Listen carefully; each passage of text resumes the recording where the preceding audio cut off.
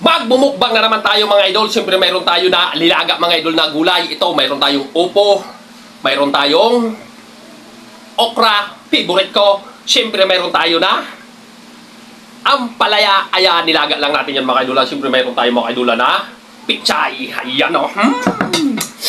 Ayan, siyempre meron tayong pritong isda mga idolan. Ayan, siyempre konti lang ating kanin mga idolan. Ayan, meron tayong sausawan mga idolan na tuyo, suka. At saka nilagyan natin ng sibuyas, bawang at saka mga idolan, sili. Ito na kagad mga idolan, okra oh. Napakasarap.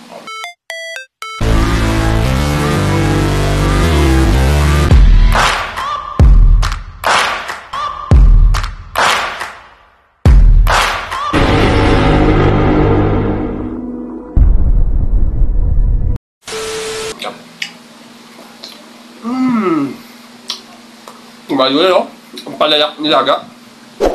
Ayaw na ayaw ng iba kasi mapait daw. Para sa akin walang mapait. Napakasarap niya. Harap.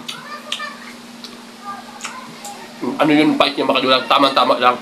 Talagang hilting-hilt yung mga naulan. Chay. Makadulang oh.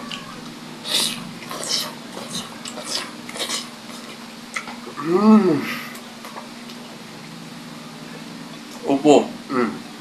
Upo yung makadula na, hindi yung pork. Ayoko ng pork. Gusto ko puro gulay lang ako. Ayun.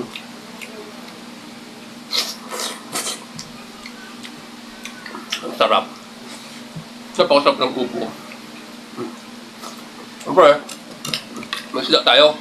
Ayun o. Ito makadula isda, tinustig ko na to. Kaya, kahit tinik nito makidulaan, kain na to. Tustig na siya. Nakakahamakaw lang. Wala kang makidulang, kain tayo. Mukbang na lang gulay ako makidulang. Ang palaya.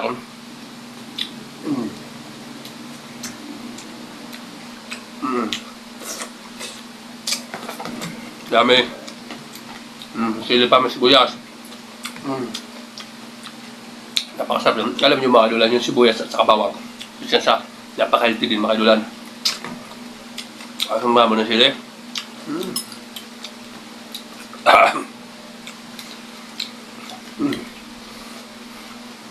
Harap.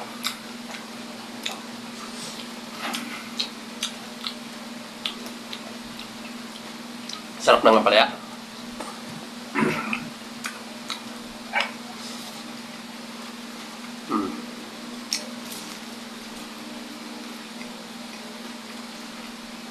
Opo.